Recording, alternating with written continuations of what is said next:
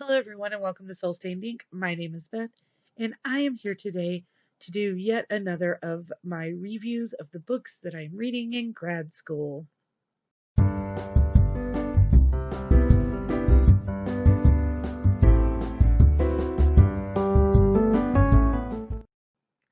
Today, I'm going to talk to you about the two books that we have read so far in my British comic novel class. So, this class is following the dry humor, basically. The humor of the Brits. We're reading books like P.G. Wodehouse. Well, I guess he's an author. We are reading books like Code of the Woosters by P.G. Wodehouse and Cold Comfort Farm by Stella Gibbons, which are the two books I want to talk to you about very quickly today.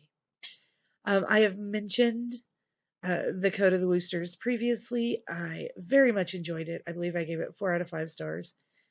I listened to a radio broadcast, a radio play of the Code of the Woosters and read the novel right after that because I was waiting on the novel to become available to me.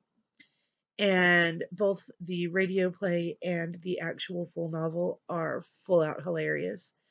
The descriptions, the characterizations, the pratfalls that are written in should not work but really, really do.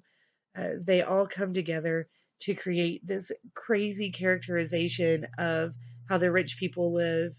And they're supposed to be the ones that, had access to education and they're so smart, but they get into these huge messes. And then the butler, valet, whatever he is, Jeeves, he has to fix it. And he's a friggin' genius, but he would not have had access to school, so you kind of get the idea.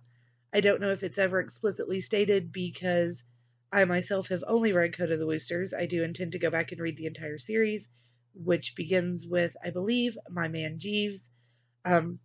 However, you get this notion that Jeeves has been sneaking the books that Bertie Wooster, the main character, has been supposed to read for his classes when he was in college, or that maybe Jeeves was the one really doing Bertie's work, even though he would not have been allowed to go live on campus with Bertie.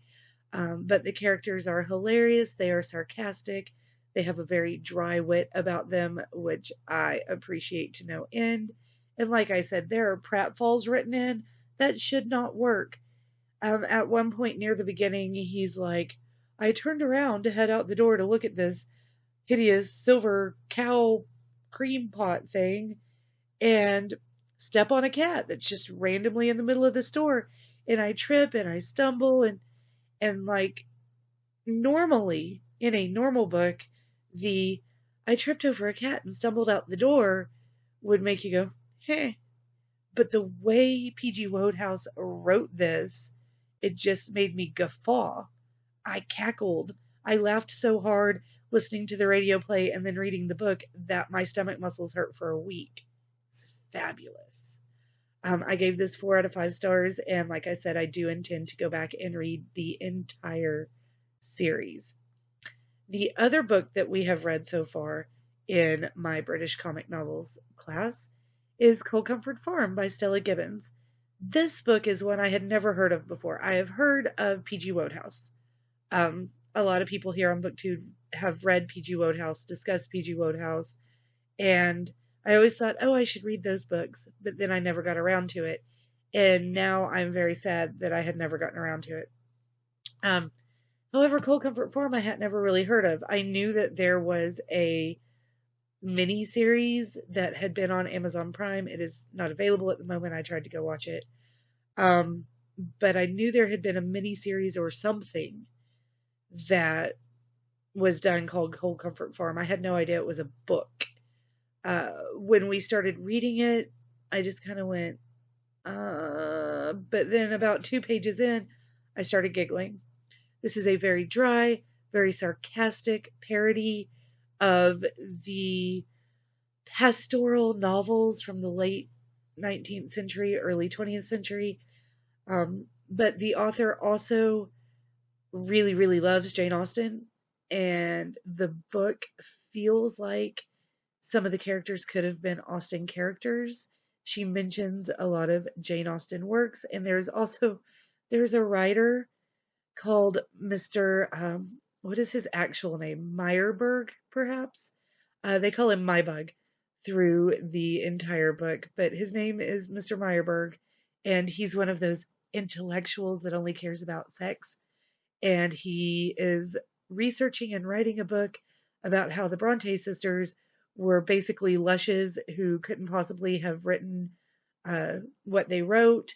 And so Branwell Bronte is obviously the genius who wrote all the works, especially Wuthering Heights, because no woman could possibly have written that. And it's this whole discussion, this whole sets of dialogue through the whole entire book. He is attempting to woo Flora Post, who is our main character, and she's not having it. She often talks about tropes as characterization, so she's like, "Oh, he's an author. He's one of those intellectuals. All he's going to talk about is sex and trying to kiss me. He's going to fall in love with me immediately because that's what those idiots do." Before she goes to the farm, she had never met her cousins that live there.